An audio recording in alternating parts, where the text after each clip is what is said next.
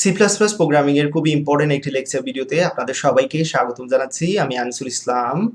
এই ভিডিওটিতে আমি আলোচনা করব এনক্যাপসুলেশন সম্পর্কে। ইতিমধ্যেই আমি আপনাদের বলে দিয়েছি অবজেক্ট ওরিয়েন্টেড প্রোগ্রামিং এর 4টি ইম্পর্টেন্ট ফিচার রয়েছে। সেগুলো হচ্ছে এনক্যাপসুলেশন, ইনহেরিটেন্স, পলিমরফিজম এবং অ্যাবস্ট্রাকশন।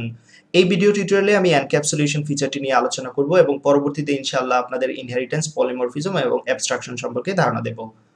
এনক্যাপসুলেশন সম্পর্কে বলার পূর্বে প্রথমেই আমি আপনাদের অ্যাক্সেস স্পেসিফায়ার সম্পর্কে একটু ধারণা দিতে চাই। সি প্লাস প্লাস প্রোগ্রামিং এ 3টি অ্যাক্সেস স্পেসিফায়ার রয়েছে। আপনারা দেখতে পাচ্ছেন পাবলিক, প্রাইভেট এবং প্রোটেক্টেড। কোনো একটি ক্লাসের মেম্বারকে অর্থাৎ ভেরিয়েবল অথবা ফাংশনকে বাইরে থেকে অ্যাক্সেস করা যাবে কিনা সেটা নির্ভর করবে এই অ্যাক্সেস স্পেসিফায়ারের উপর। তো এখানে একটা এক্সাম্পল দেখতে পাচ্ছেন আপনারা, পাবলিক কিওয়ার্ডের আন্ডারে রয়েছে রোল ভেরিয়েবল এবং ডিসপ্লে ফাংশন। তো এই মেম্বারগুলো হচ্ছে পাবলিক মেম্বার এনক্যাপসুলেশন টেস্ট ক্লাসের জন্য, এবং আপনার প্রাইভেট দিয়ে এখানে যে ভেরিয়েবলটা ডিক্লেয়ার করা আছে দেখতে পাচ্ছেন এটি হচ্ছে প্রাইভেট মেম্বার এই ক্লাসের জন্য, স্ট্রিং নেমটা হচ্ছে প্রাইভেট মেম্বার, এবং ফ্লোট জিপিএটা হচ্ছে এই ক্লাসের জন্য প্রোটেক্টেড মেম্বার। তো পাবলিক কিওয়ার্ড দিয়ে যদি আমরা কোনো কিছু ডিক্লেয়ার করি, যে মেম্বারগুলোকে ডিক্লেয়ার করব সেগুলো আমরা বাইরে থেকে অ্যাক্সেস করতে পারবো। প্রাইভেট মেম্বার হিসেবে যেই ভেরিয়েবল বা যে ফাংশন ইউজ করব সেগুলোকে আমরা বাইরে থেকে ডিরেক্টলি অ্যাক্সেস করতে পারবো না। প্রোটেক্টেড সম্পর্কে আপনারা পরবর্তীতে জানতে পারবেন যখন আমি ইনহেরিটেন্স সম্পর্কে আলোচনা করব, ইনশাআল্লাহ এগুলো সম্পর্কে ভালোভাবে জানতে পারবেন। তো অ্যাক্সেস স্পেসিফায়ার সম্পর্কে যা জানার দরকার আপাতত এতটুকুই থাকবে। এবার চলুন আমরা মূল কথায় চলে আসি, এনক্যাপসুলেশন জিনিসটা কি। প্রথমে এখানে একটা ছবির দিকে লক্ষ্য রাখবেন। যদি এই ছবিটার দিকে একটু ভালোভাবে লক্ষ্য রাখেন তাহলে এনক্যাপসুলেশন সম্পর্কে খুব সহজেই বুঝতে পারবেন। এনক্যাপসুলেশন শব্দটা মূলত এসেছে ক্যাপসুল শব্দ থেকে।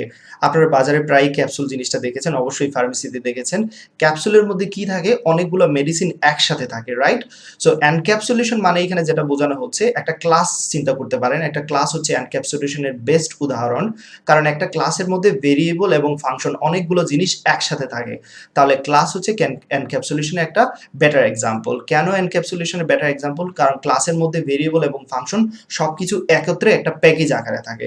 তাহলে আমরা এনক্যাপসুলেশন মানেটা নিশ্চয়ই বুঝে গেছি। এনক্যাপসুলেশন হচ্ছে এমন একটা প্রসেস যেখানে ভেরিয়েবল এবং ফাংশনকে কম্বাইন করে একটা সিঙ্গেল ক্লাসের মধ্যে রাখা হয়। তো এটার জন্য একটা এক্সাম্পল আমরা দেখতে পারি। এদিকে আপনারা এক্সাম্পলের দিকে লক্ষ্য রাখবেন। স্টুডেন্ট নামে একটা ক্লাস ডিক্লেয়ার করা হয়েছে এবং তার আন্ডারে দেখতে পাচ্ছি দুইটি ভেরিয়েবল আছে এবং একটি ফাংশন আছে।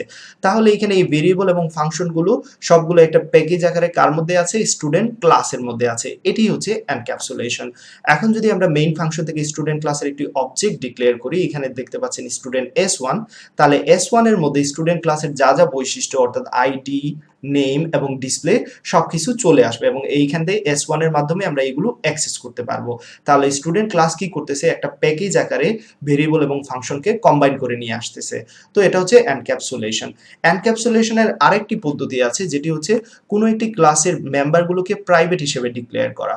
তো এখানে আপনারা দেখতে পাচ্ছেন আমরা আইডি এবং নেম এই দুইটাকে প্রাইভেট হিসেবে ডিক্লেয়ার করেছি এবং পাবলিক হিসেবে ডিক্লেয়ার করেছি ডিসপ্লে ফাংশনকে। তো যদি প্রাইভেট হিসেবে আপনারা ডিক্লেয়ার করেন, দ্যাট মিনস এই ডাটাগুলো আপনারা কি করে ফেলতেছেন? বাইরে থেকে হাইড করে ফেলতেছেন। সো বাইরে কোনো জায়গা থেকে আপনি যদি এইবার অবজেক্ট তৈরি করেন, সাপোজ স্টুডেন্ট ক্লাসের একটা অবজেক্ট তৈরি করলাম S1, সো S1.id কিন্তু ইউজ করতে পারবেন না, কারণ আইডি এবং নেম এই দুটো হচ্ছে প্রাইভেট মেম্বার। সো প্রাইভেট মেম্বারগুলোকে আপনারা ডিরেক্টলি অ্যাক্সেস করতে পারবেন না। সো এখানে একটা বিষয় এখানে আপনারা খেয়াল রাখবেন অবশ্যই, প্রাইভেট হিসেবে ডিক্লেয়ার করা মানে কি হচ্ছে? যে এই ডাটাগুলো বাইরে থেকে অ্যাক্সেস করা যাবে না, অর্থাৎ ডাটাগুলোকে হাইড করে রাখা হচ্ছে। তো এই প্রসেসটাকে বলা হয় ডাটা হাইডিং।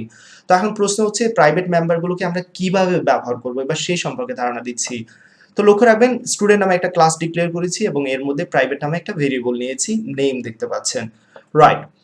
এবং ক্লাসটা ক্লোজ করে দিলাম। এবার যদি মেইন ফাংশন থেকে আমরা এটাকে ইউজ করতে চাই, স্টুডেন্ট ক্লাসের একটা অবজেক্ট তৈরি করলাম, তো S1.name এটা কিন্তু আমরা ব্যবহার করতে পারবো না। কারণটা হচ্ছে যে নেমটা হচ্ছে প্রাইভেট মেম্বার এবং প্রাইভেট মেম্বারকে ডিরেক্টলি অ্যাক্সেস করা যাবে না। তো প্রাইভেট মেম্বারকে কিভাবে অ্যাক্সেস করব সেই সম্পর্কে যেমনটা বলতে চাচ্ছিলাম।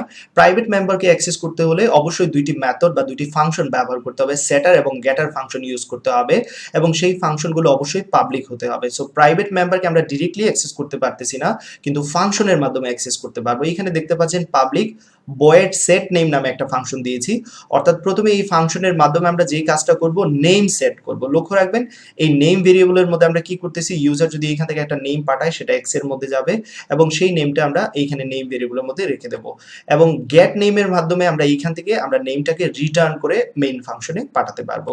তাহলে এবার যে কাজটা করতে পারতেছি, আমরা কি করতেছি, প্রাইভেট মেম্বারকে অ্যাক্সেস করার জন্য সেটার এবং গেটার, সেট মেথড এবং গেট মেথড অথবা set function, get function use করতেছি। তো এবার আমরা চাইলে এটাকে অ্যাক্সেস করতে পারবো কিভাবে, s1.setName, সেট নেমকে আমরা কল দিতে পারতেছি কারণ সেট নেম হচ্ছে একটা পাবলিক ফাংশন। সো s1.setName এর মাধ্যমে আমরা এখানে সুপর্ণা পাস করতেছি, তাহলে x এর মধ্যে সুপর্ণা চলে আসবে, স্ট্রিংটা রিসিভ করে সেটা কার মধ্যে রাখতেছে, নেম এর মধ্যে রাখতেছে। এবং আমরা চাইলে s1.getName দিতে পারি, তাহলে s1.getName কি করবে, এখানে চলে আসবে getName অর্থাৎ নামটা রিটার্ন করে পাঠাবে, এবং সেই জন্য এখানে রিটার্ন টাইপ স্ট্রিং দিয়েছি যেহেতু একটা স্ট্রিং রিটার্ন করবে, এবং সেই স্ট্রিংটা এখানে আসার পর কাউট কি করে দেবে, সেটাকে প্রিন্ট করে দিচ্ছে। তাহলে প্রাইভেট মেম্বারকে অ্যাক্সেস করতে হলে সেটার এবং গেটার ফাংশন লাগবে। তো এই জিনিসগুলো আমি এবার প্র্যাকটিক্যালি আপনাদের দেখাবো। খুবই ইজি বিষয়টা, লক্ষ্য রাখবেন। প্রথমে আমি যে কাজটা করবো, একটা ক্লাস ডিক্লেয়ার করব। এখানে আমি একটা ফাইল অলরেডি তৈরি করে নিয়েছি, আপনারা দেখতে পাচ্ছেন বেসিক স্ট্রাকচার, আপনারা এই কাজটা করে নেবেন।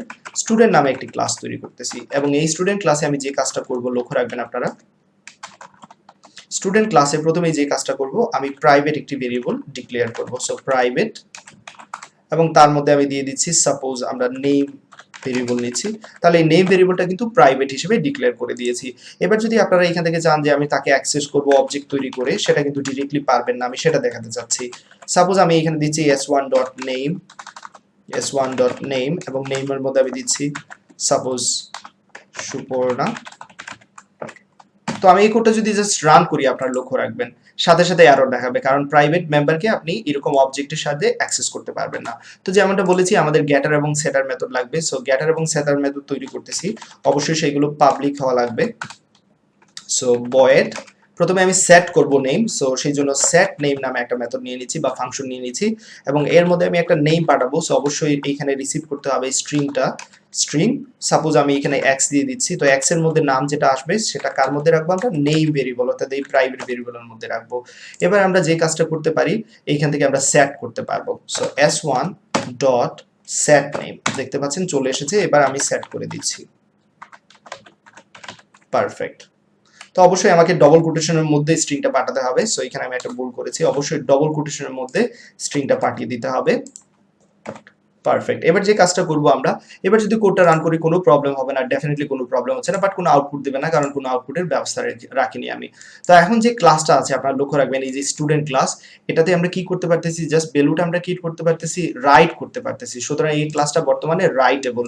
এবার আমি কিভাবে ভ্যালুটা রিড করব, অর্থাৎ এই নামটা কিভাবে পাবো, সেই জন্য আমাকে কি করতে হবে, স্ট্রিং গেট নেম, আগে সেটার ইউজ করেছিলাম, এবার গেট করার জন্য গেটার ইউজ করতেছি। সো এখানে রিটার্ন করবে, কি রিটার্ন করবে, নেম ভেরিয়েবলের মানটা রিটার্ন করবে।